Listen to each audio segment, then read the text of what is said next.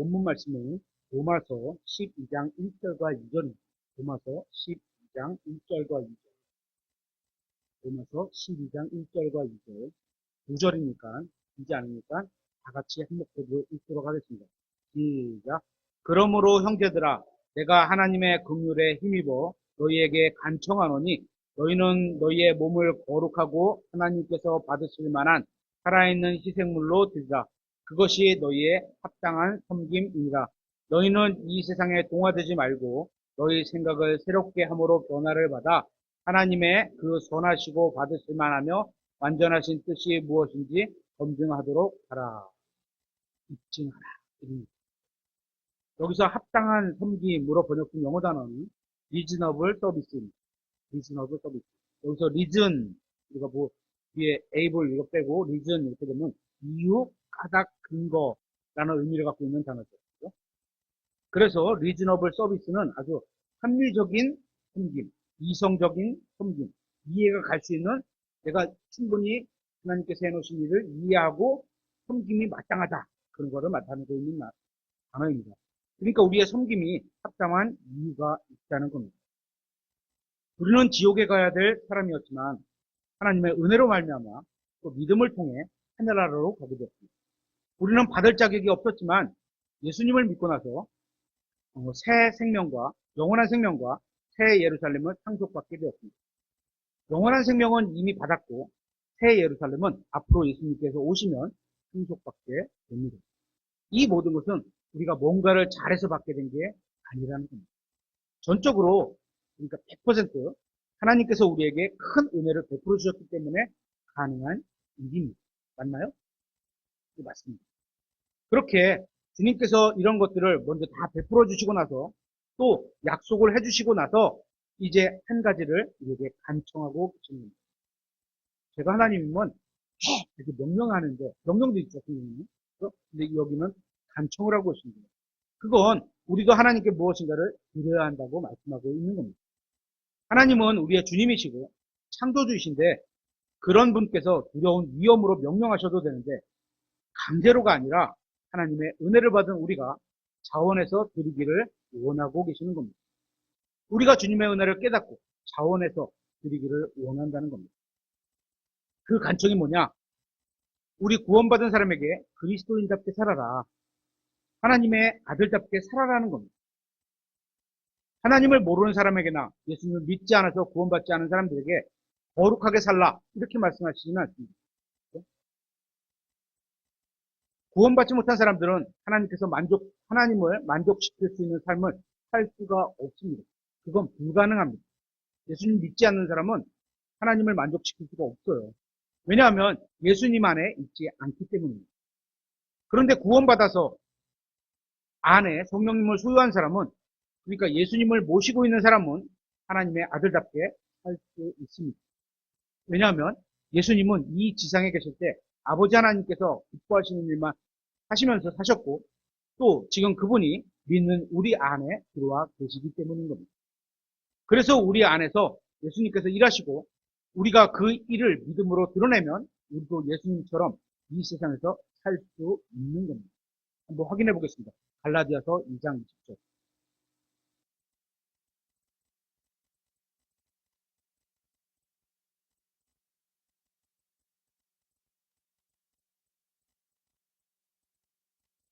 갈라디아서 2장 20절.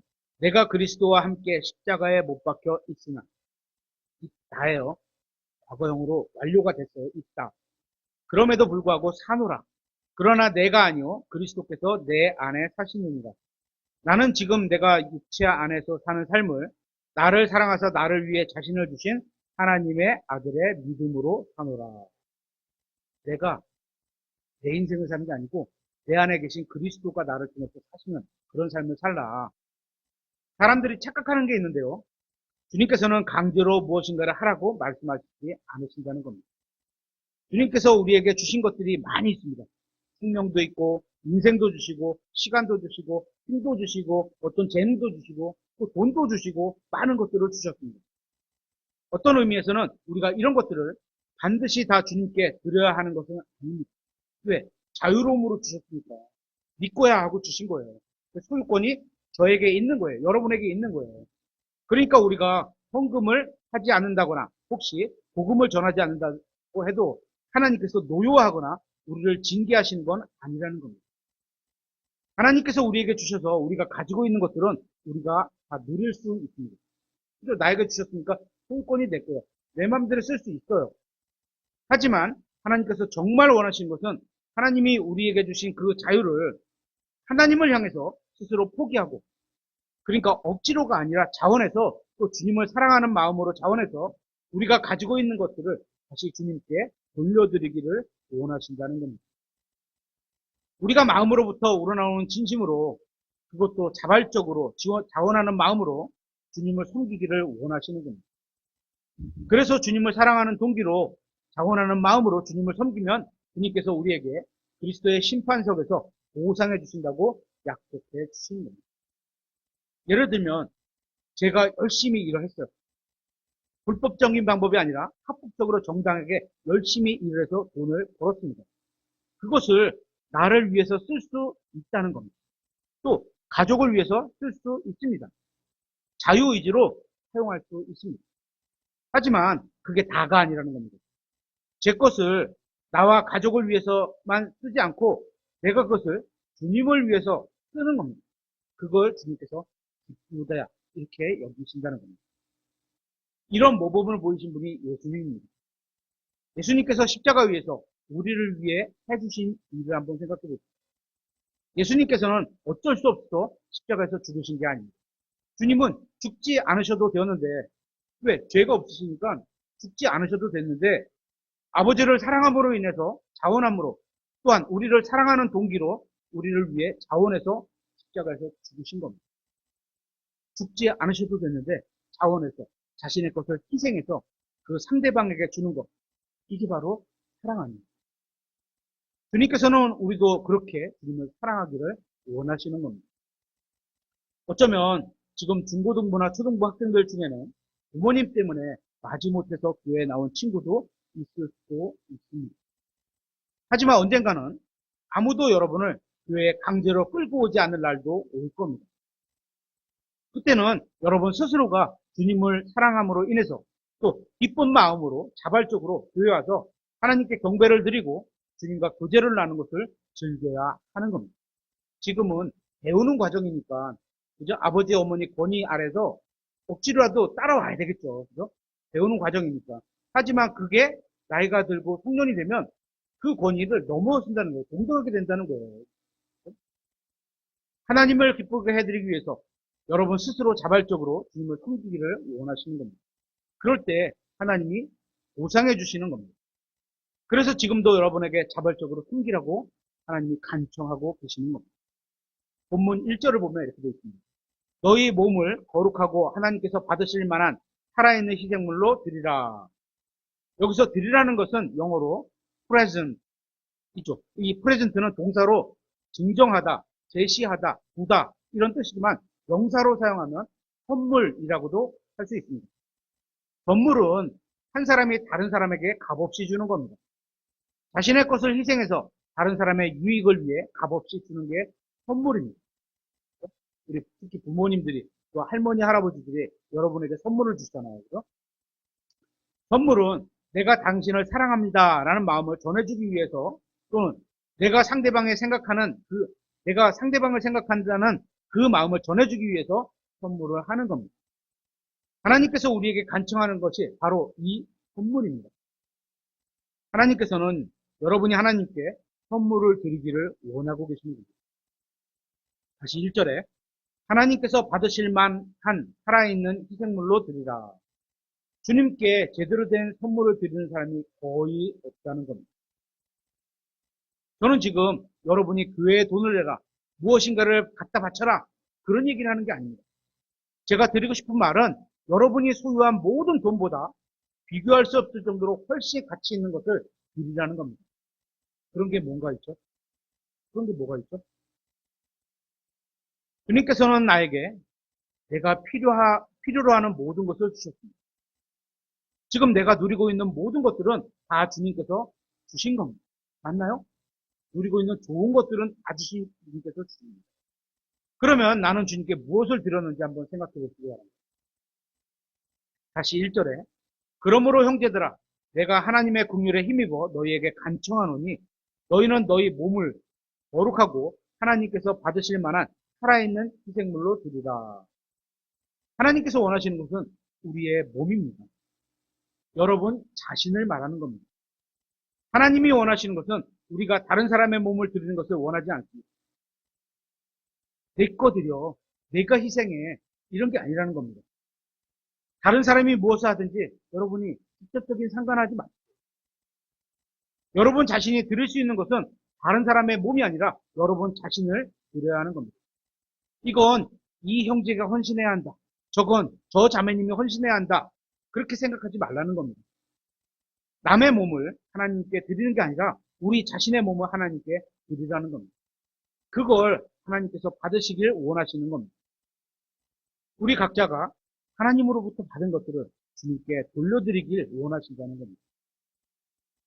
흔히 사람들은 이렇게 말합니다. 내가 좀 돈이 많아지거나 성공하면 무엇인가를 할 수 있게 되면 그때 하나님을 섬기겠다고 합니다. 그렇게 되면 저도 좋겠습니다. 그런데 한번 생각해 보세요.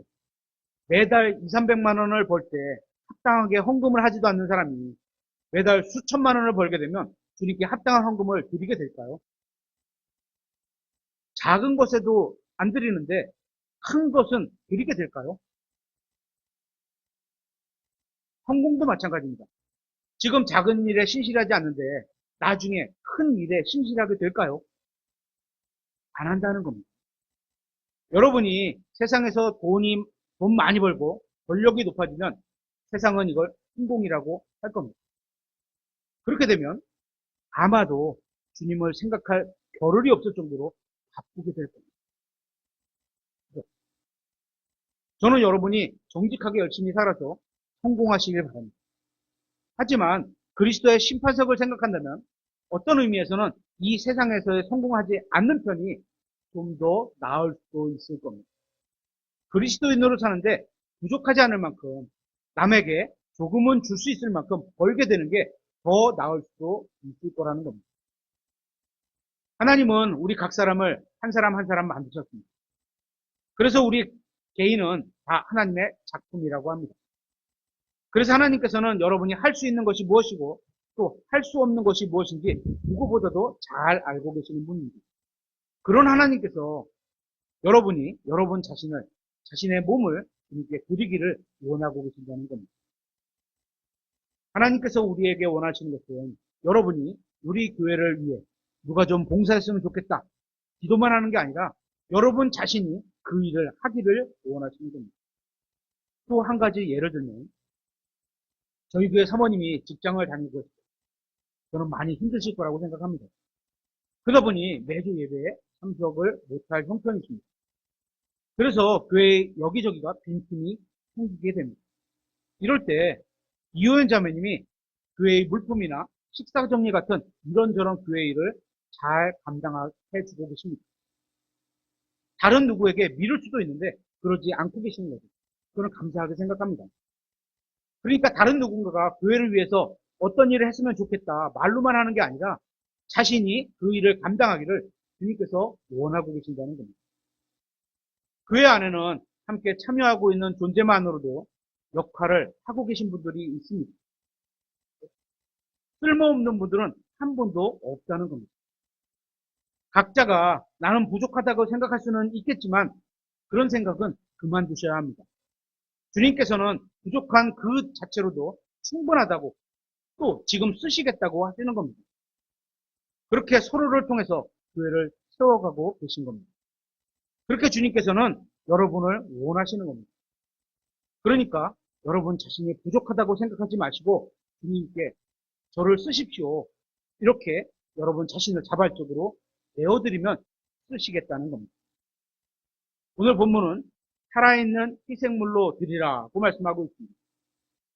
이 구절에서 이것이 저는 가장 핵심적인 말씀이라고 생각합니다. 살아있는 희생물로 드리라. 교회 다니는 사람들도 착각하는 게 있습니다. 그건 예수님을 믿고 주님을 섬기면 인생을 낭비하는 것이라고 생각하는 경향이 있다는 겁니다.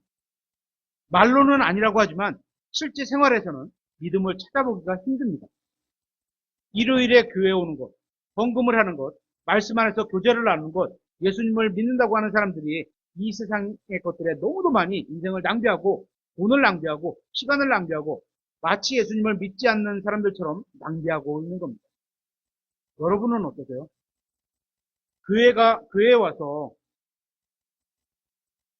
주님께 예배를 드리고 찬양을 드리고 헌금을 드리고 성경을 공부하고 이런 게 인생의 낭비라고 생각하십니까? 세상 사람들처럼 하나님을 믿으면 인생을 포기해야 한다고 생각하는 건 아닙니까? 그 반대죠. 하나님을 바르게 알면 알수록 여러분의 인생은 참된 길을 찾고 그 길을 걸을 수 있게 되는 겁니다. 여러분이 예수님을 알아갈수록 여러분의 인생은 살아있는 인생을 살게 되는 겁니다. 살아있는 인생. 하지만 예수 그리스도를 모르며 살아가는 사람들은 살아있는 인생이 아니라 죽음을 향해 나아가는, 죽어가는 인생일 뿐인 겁니다. 마찬가지로 구원받은 사람도 예수님께서 나 자신을 내어드리기 전에 살아있는 인생을 살아가는 게 아니라는 겁니다. 구원은 받았지만 하나님께서 보시기에 자녀고 생명을 갖고 있지만 우리의 실제 상태는 그죠? 믿음으로 생명 가운데 살아가는 상태가 아니라는 거예요. 그런 삶을 살지 않으면 예수님은 구원받은 여러분이 참된 생명을 누리고 참된 인생을 살기를 원하십니다. 구원받지 않은 사람은 죽음을 향해 나아가는 죽은 인생인 것처럼 여러분이 육신을 따라 사는 삶도 죽음을 향해 나아가는 사람과 마찬가지로 하나님이 평가하시는 죽은 인생일 뿐인 겁니다. 하나님께서는 여러분이 참된 인생을 살기를 원하십니다. 여러분이 주님께 자신의 인생을 내어드리면 더 풍성한 생명을 누리게 될 거라고 그렇게 말씀하시는 겁니다. 그런데 왜 여러분이 구원받았으면서도 기도하지 않는지.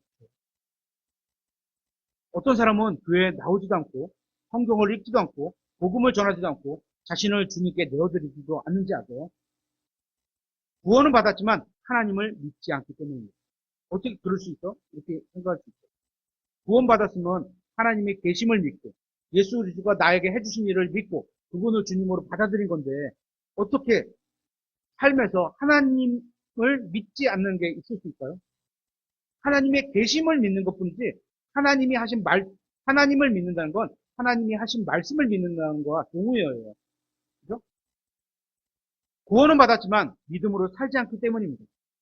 예수님께 자신의 인생을 드리면 예수님께서 여러분의 인생을 망쳐버릴 것이라고 생각하는 건 아닙니까? 주님께 자신을 드리지 못하게 될 겁니다. 그러면 여러분의 자신의 인생을 한번 생각해 보세요. 여러분이 자신의 인생을 주관해서 하신 결과가 어떠셨나요?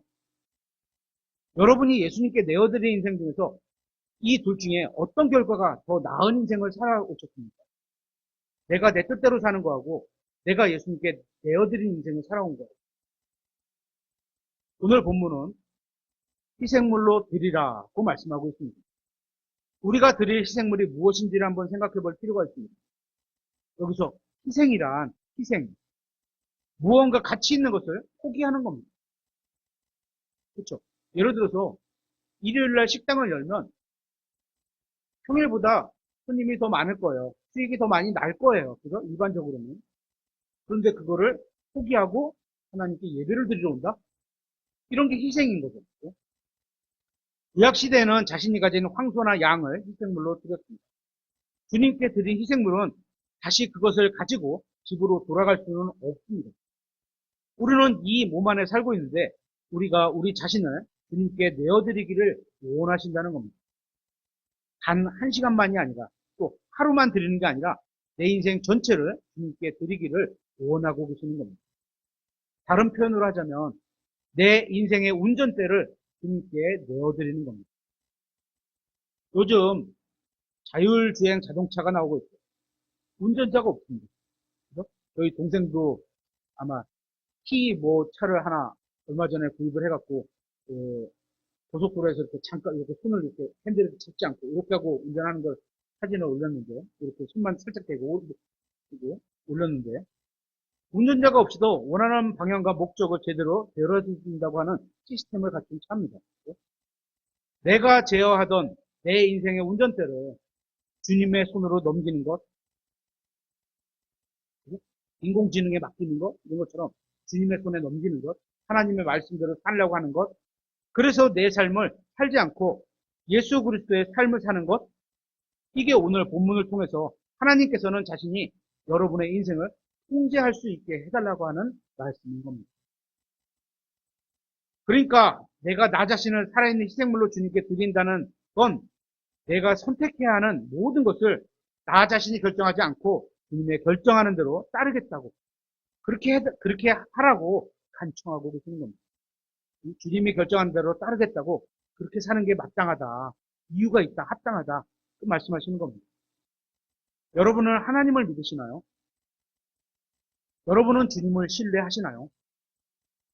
정말로 여러분을 만드시고 돌보시고 여러분을 구원하신 분이고 여러분의 인생을 잘 아는 분이라고 정말 믿으시나요? 정말로 그렇게 믿으신다면 여러분의 인생을 주님께 내어드려야 하는 게 마땅한 거 아닙니까? 그런데도 왜 우리가 주님께 우리의 인생을 온전히 내어드리지 못하고 있는 것입니까? 주님을 믿지 않기 때문입니다. 주님을 신뢰하지 않기 때문입니다. 내가 주님보다 더 똑똑하다고 생각했기 때문입니다. 그렇기 때문에 내 인생을 내 마음대로 쓰겠다는 것. 여러분이 생각해 봐야 할 것이 있습니다. 여러분 자신과 하나님 중에 누가 더 똑똑하세요? 누가 더 여러분의 인생을 제대로 살 수 있게 인도할까요? 누가 더 내 인생을 잘 알고 계실까요? 만약에 여러분이 하나님보다 더 잘 인도할 수 있다고 생각한다면 여러분 자신을 하나님께 내어드리지 않으셔도 됩니다. 하지만 하나님께서 더 잘 인도하실 것이라고 믿는다면 하나님께 내어드리는 게 마땅한 거 아닌가요? 이게 이유가 있는 믿음입니다. 보통 우리가 믿음 그러면 이해가 안 가도 하나님의 말씀을 믿어라. 이렇게 얘기하잖아요. 그죠? 이해가 안 가도. 하지만 오늘 본문에서 보시면 너희가 믿고 주님을 섬기고 너희의 인생을 하나님께 내어드리는 합당한 이유가 있다. 그게 뭐냐? 이거라는 거예요. 본문 2절에 너희 몸을 거룩한 희생물로 드리라. 이렇게 말씀하고 있습니다. 여기서 거룩하다는 것은 깨끗하다는 겁니다. 깨끗하다는 것은 순수하다는 겁니다. 더러운 것과 완전히 구별되었다는 겁니다. 순수하고 깨끗하게 하나님께 드려져야 한다는 겁니다. 뭐를? 우리의 몸을. 그죠? 몸을 죄에게 내어주면 더러워지잖아요. 그죠? 죄 가운데 던져지면 몸이 더러워지는 거예요. 그런 삶을 살지 말라는 거예요. 더러운 삶을. 깨끗한 삶을 살아야 된다는 거예요. 하나님을 위해서 구별된 삶을 살아야 된다는 거예요. 우리 주위에는 거룩하지 않은 삶을 사는 그리스도인들도 많이 있습니다. 그런데 그게 여러분 자신과 무슨 상관이 있죠? 다른 사람이 거룩하게 살지 않는 거, 그게 여러분과 무슨 상관이 있습니까? 나 자신과 다른 사람이 거룩을 비교하는 건 의미가 없는 겁니다. 그죠? 하나님이 원하시는 기준은 하나님의 거룩함이에요. 그죠? 옆 사람보다 내가 조금 더 거룩하면 돼. 이게 아니에요. 하나님이 원하시는 건 우리 자신의 몸을 거룩한 상태로 주님께 드리는 겁니다. 주변에 있는 사람이 모두 방탕하고 타락한 삶을 살고 지옥으로 달려가도 나는 주님 앞에서 거룩한 삶을 살고 하늘나라로 달려가겠다. 그렇게 살라는 겁니다. 그게 하나님께서 우리를 받으실 만한 희생물이라고 말씀하고 있는 겁니다. 우리는 하나님을 섬기는 게 각자 기준을 가지고 있습니다. 우리는 나와 같은 것을 믿는 사람들과 함께하고 싶어 합니다. 왜냐하면 동질성이 있고 비슷하니까 편하잖아요. 그렇죠? 또 스타일이 같으면 편합니다. 그래서 내가 생각하는 거룩함 정도면 됐다라고 생각을 하는 경향이 있습니다. 하지만 성경은 하나님께서 생각하시는 거룩함이 기준이 되어야 한다고 말씀하고 있습니다. 우리가 만족할 수 있는 희생이 아니라 하나님께서 만족하실 수 있는 희생이 기준이 되어야 한다는 겁니다. 만약에 수입의 10%를 드리는 것은 어떻게 보면 쉬운 일일 수 있습니다. 또 교회에 와서 예배를 드리는 것도 쉬운 일일 수 있습니다. 여기서 예배라는 단어 영어로 서비스입니다. 서비스. 숨긴다 이거예요. 우리가 보통 하나님께 경배를 드린다 이렇게 말할 때는 worship, 그래서 높이는, 하나님을 높이는 전체를 말할 때 worship, 경배라고 얘기하고, 그 경배 중에 일부분이 하나님을 섬기는 서비스, 예배가 되는 거예요. 그러니까 동의어가 아니에요. 경배와 예배는 동의어가 아니에요. 좀 경배가 훨씬 넓은 어떤 넓은 범위를 나타내는 거죠. 여기서 서비스는 섬긴다는 겁니다. 그러니까 우리가 예배에 몸을 들여서 참여하는 것, 이게 진정한 서비스라는 겁니다. 그러면서 로마서 12장 1절은 하나님께서 받으실 만한 것을 드려야 한다고 말씀하고 있습니다. 이 말은 우리 각자의 기준을 내려놓고 하나님의 기준을 붙들라는 의미입니다. 흔히 사람들은 자기가 원하는 대로, 마음대로, 하고 싶은 대로 해놓고 그것을 하나님을 섬겼다고 말합니다. 하지만 그것은 하나님이 받으실 만한 섬김이 아닐 수 있습니다. 다행히 같으면 땡큐죠. 근데 같지 않으면 하나님이 받지 않으실 수도 있는 거예요. 그렇다면 무엇이 하나님께서 받으실 만한 것일까요?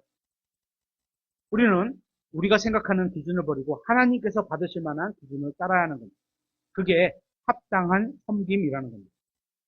합당한 섬김은 하나님께서 우리에게 주신 성경 기록에 따라서 우리가 나 자신을 온전히 주님께 내어드리는 것을 말하고 있는 겁니다. 오늘 설교 시작 부분에서 말씀드린 것처럼 합당한 섬김으로 번역된 영어 단어는 reasonable service입니다. 여기서 reason은 이유, 까닭, 근거라는 의미라고 말씀드렸죠. 우리의 섬김이 아주 합리적이고 이성적이고 합당한 이유를 갖고 있다는 겁니다. 주님을 섬기는 것이 지극히 정상적이라는 겁니다. 그러면 구원받은 우리의 지극히 정상적인 섬김이 어떤 것이냐? 구원받은 사람이 자신의 모든 것을 주님께 다 내어드리는 것. 그게 시간이 될 수 있고 돈이 들일 수 있고 이렇게 부분적인 것이 아니라 나 자체를 주님께 내어드리는 것. 그것도 평생토록 주님께 내어드리는 것. 이것은 성경이 합당한 섬김이라고 말하고 있는 겁니다. 다른 말로 하면 당연한 섬김이라는 겁니다. 이게 이성적이고 정상적인 섬김이라는 겁니다. 왜 그럴까요? 우리는 지옥에 가야 될 사람이었습니다. 내 죄 때문에 나는 스스로 그 길을 벗어날 수도 없었습니다. 그런데 하나님께서는 우리가 예수 그리스도를 믿는다는 그 이유 하나만으로 우리를 용서해 주셨고 아들 삼아 주셨고 영원한 생명을 주셨습니다. 그리고 우리에게 필요한 모든 것을 주셨습니다. 그렇기 때문에 우리가 우리 자신을 주님께 내어드리는 것은 합당하다는 겁니다. 전적으로 이성적이고 결코 지나치지 않다는 겁니다. 이 세상의 관점에서는 자신의 모든 일을 하나님께 전적으로 내어드려서 주님을 위해서 사는 것이 극단적이고 미친 짓처럼 보일지 모르겠지만 하나님 앞에서는 전적으로 합당하다는 겁니다. 그래서 2절에서 이렇게 말하는 거죠.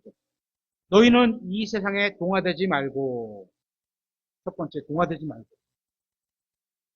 너희 생각을 새롭게 함으로 변화를 받아 하나님의 그 선하시고 받으실 만하며 완전하신 뜻이 무엇인지 검증하도록 하라.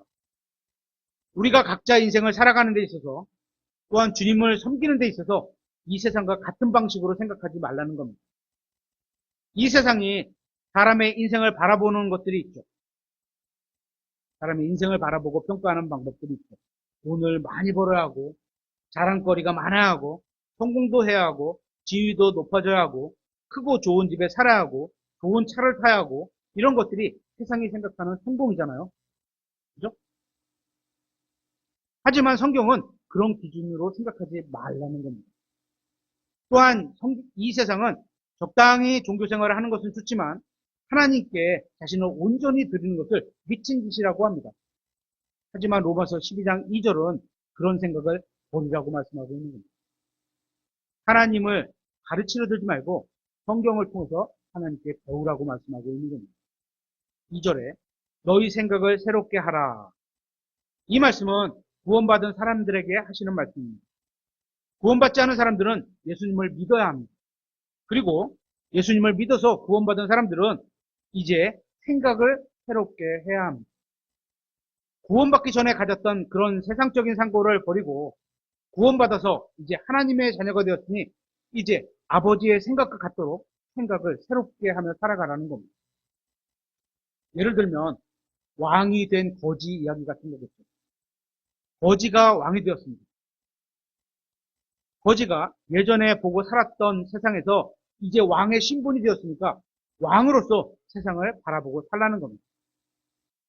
마치 우리 이야기와 비슷하지 않습니까?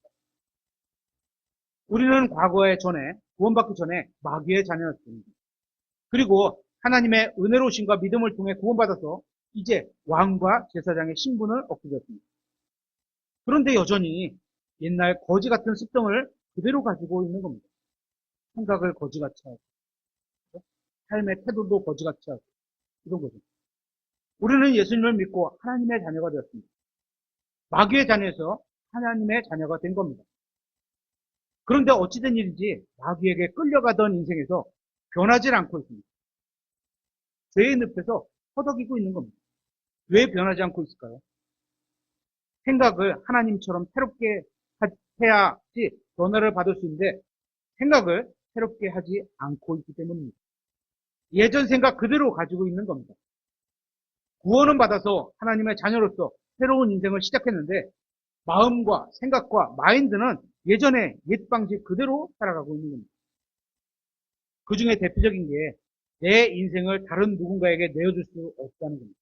내 인생이 내 건데 내 마음대로 내가 살아가는데 그게 뭐가 문제야? 이런 겁니다. 내 인생의 주인공은 바로 나 자신이라는 겁니다. 이게 세상이 주는 그죠? 그런 세상의 가치관이잖아요. 여러분 잠에서 깨십시오. 이건 마귀가 주는 생각입니다. 여러분이 구원받기 전에 이런 생각을 가지고 있었지만 문제는 구원받고 나서도 이런 생각을 가지고 살면 안 된다는 겁니다. 내 인생의 주인이 나란 생각이 변해야 합니다. 내 인생의 주인은 내가 아니라 전능하신 하나님이다. 이렇게 생각을 바꿔야 하는 겁니다. 그래서 자신을 더 이상 신뢰하지 말고 주님을 신뢰해야 하는 겁니다. 여러분이 아무리 열심히 제 설교를 듣는다 해도 여러분이 하나님께 자신을 내어드리는 실행이 없다면 듣긴 들었어요. 그래서 머리로 알고는 있어요. 근데 그걸 마음으로 믿고 행실이 없다면 제 말이 무슨 의미가 있는지 깨닫지 못할 겁니다. 왜인지 아세요? 믿음은 바라는 것들의 실체요, 보이지 않는 것들의 증거라고 말하고 있습니다. 보이지 않는 하나님의 말씀을 진짜로 믿는다면 너의 증거를 보여봐. 믿음의 행실이 따를 거야. 보여봐. 이런 얘기예요. 여러분이 인생을 주님께 내어드리십시오. 말이 아니라 마음으로부터 나오는 행실로 내어드리십시오. 하나님의 전하시고 받으실 만한 완전한 뜻이 무엇인지 입증하기 위해서 여러분 자신을 살아있는 희생물로 주님께 내어드리십시오. 우리나라 킹제임스 성경을 하나님의 말씀으로 믿는 진영 중에 체험이란 것을 그다지 소중히 여기지 않는 분들도 계신 것 같습니다. 저는 한편으로 이해도 갑니다. 왜냐하면 어떤 교회 안에서 너무 체험을 강조하다 보니까 성경이 뭐 옳게 표현하지 않거나 인정해주지 않는 체험도 막 그냥 굉장히 크게 체험을 강조하는 그런 교회들이 있죠. 그래서 이해는 갑니다. 하지만 제가 말하는 체험은 영적인 이상한 경험을 가져야 한다고 말하는 게 아닙니다. 말씀의 권능이 우리의 삶 속에서 경험적으로 권능 있게 살아서 역사하시는 그런 체험을 가지셔야 한다는 겁니다. 이런 체험을 통해서 여러분이 하나님께 자신을 내어드린다는 것이 무엇인지 알 수 있게 될 겁니다. 경험적으로. 성경적 기독교에는 믿음의 체험이 있습니다. 믿음의 체험입니다. 하나님의 말씀을 내가 믿고 행한 거에 따라서 그 결과가 하나님께서 이렇게 역사하시는구나. 진짜 말씀이 옳구나 맞구나 이런 경험을 얻게 된다는 거예요. 체험이 성경 말씀인 진리에 기반을 두고 있기 때문입니다. 그렇기 때문에 단순히 머리로만 아는 지식으로는 기독교가 무엇인지 제대로 이해할 수 없습니다. 성경적 기독교를 진짜로 알기 위해서는 하나님의 말씀대로 살아야만 합니다. 머리로만 많이 아는 성경적 지식으로는 참된 기독교가 무엇인지 알 수 없습니다. 여러분이 하나님의 말씀대로 살면 성경이 사실이고 기독교가 진리라는 것을 알 수 있게 될 겁니다.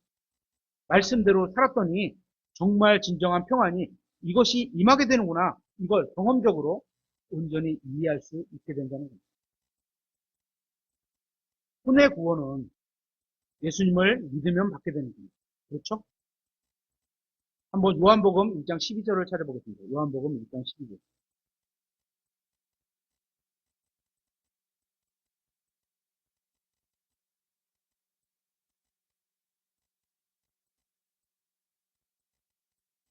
요한복음 1장 12절. 그분을 받아들인 자들, 곧 그분의 이름을 믿는 자들에게는 예외가 없습니다. 다 하나님의 아들들이 되는 권능을 그분께서 주셨으니 예수님의 이름을 믿는다. 예수라는 이름이 가지고 있는 의미를 알고 그분을 어떻게 받아들인다. 이런 의미겠죠. 예수님을 믿는다는 것은 예수님을 받아들이는 겁니다. 받아들이는 게 뭐예요? 그분이 내 안으로 들어오세요. 이렇게 받아주는 거예요. 예수님을 주님으로 내가 받아들이겠다. 예수님을 내 인생의 주인으로 내 안에 모셔드리겠다. 그러면 구원받는 겁니다. 그죠? 구원 따로, 예수님 따로가 아니고 예수님을 받아들이면 구원받는 거예요. 그죠? 그리고 성경에 의하면 그리스도를 통해 성령님이 우리 안에 들어와 계십니다. 우리가 예수님을 받아들일 때, 그러니까 주님이 우리 안에 들어오실 때 예수님이 가지고 계신 모든 것들을 가지고 들어오시는 겁니다. 모든 것들을. 예수님의 평안, 화평, 그죠? 평안함. 또 예수님의 믿음. 예수님이 갖고 있는데 예수님 따로 믿음 따로 이게 아니에요. 예수님이 갖고 계신 그 믿음이 예수님 안에 같이 우리가 다 받아들여지는 거예요. 예수님의 마음도 가지고 들어오시는 겁니다.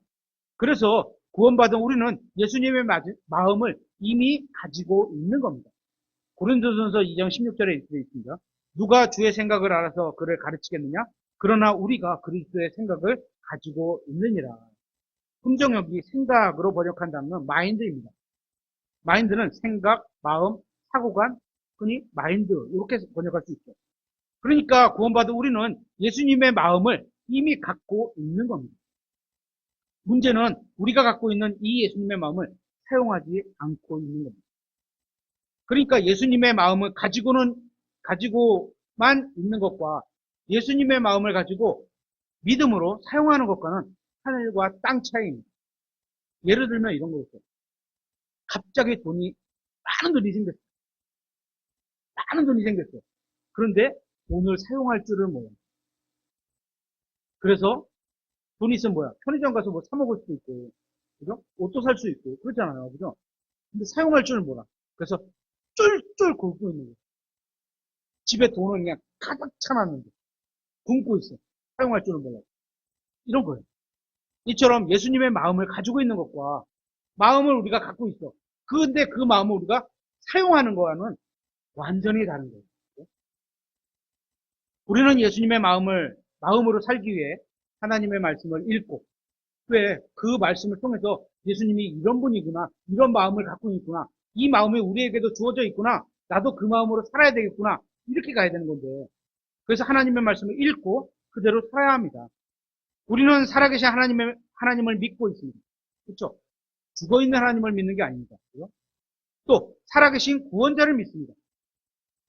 우리 예수님은 살아계십니다. 그렇죠? 그분이 하신 살아있는 말씀을 가지고 있습니다. 하나님의 권능이 담긴 이 성경 말씀, 그렇죠? 이 성경 말씀, 이걸 우리가 들고 있잖아요. 읽고 믿고 있잖아요. 그죠? 그냥 가지고만 있는 것이 아니라 말씀이 살아서 역사하시는 살아있는 믿음을 가지고 있습니다. 맞나요? 성경 말씀이 나에게 하신 말씀을 내가 믿고 살아갈 때 우리 안에 성령의 열매인 믿음이 맺히는 거예요. 그걸 가지고 있는 거예요, 우리가. 그렇더라도 우리가 말씀대로 살고 자신을 온전히 내어드리지 않는다면 가지고는 있어. 다 갖고 있어. 좋은 거다.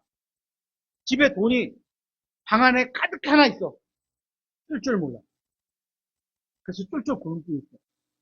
안 되잖아요. 그죠? 성경이 말씀하시는 진리를 온전히 이해하지 못하고 있는 거와 마찬가지인 겁니다. 쓰세요.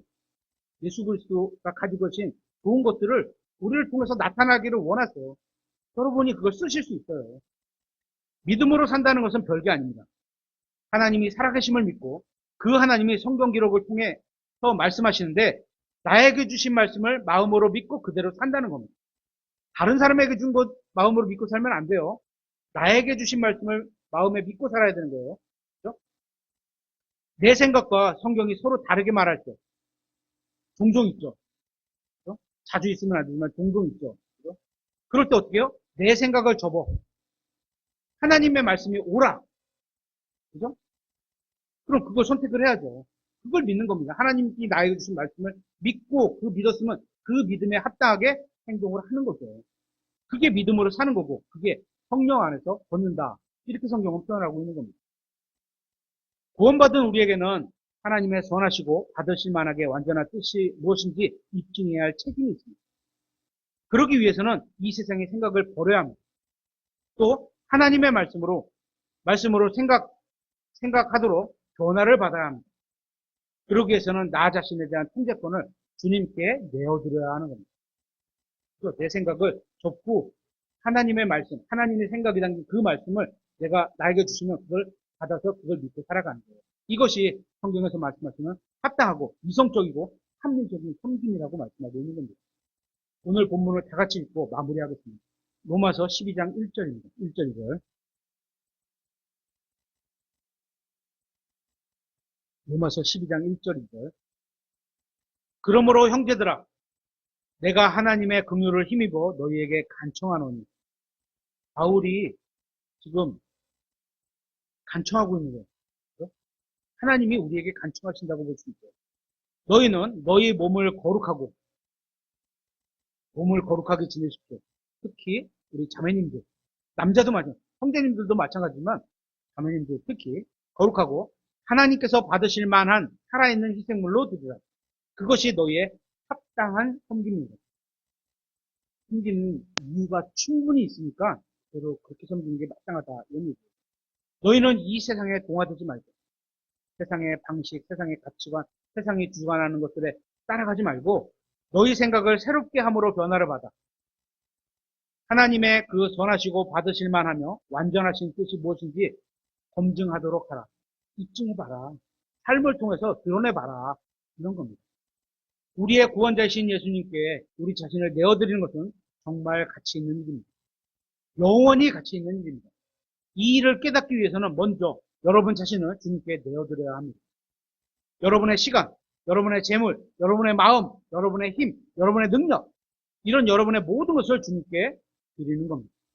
그러기 위해서 예수님께서 여러분에게 해주신 일을 진지하게 생각해 보십시오.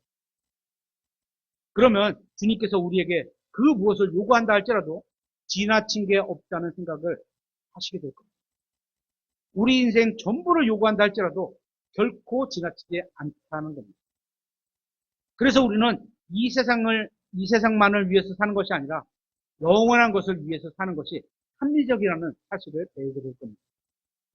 지금 이 세상에서 사는 우리의 인생은 영원하지 않습니다. 우리는 그리 오랜 시간이 지나지 않아서 이 세상을 떠나게 될 겁니다. 그리고 우리는 우리를 만드시고 우리를 구원하시고 인생을 바르게 살 수 있게 성경을 우리에게 주신 그 하나님과 만나게 될 겁니다. 그때 우리는 내 인생을 주님께 내어드린 것이 합당했구나, 이성적으로 옳았구나, 참 잘 선택한 거다 알게 될 겁니다. 그런 여러분의 인생이 되시길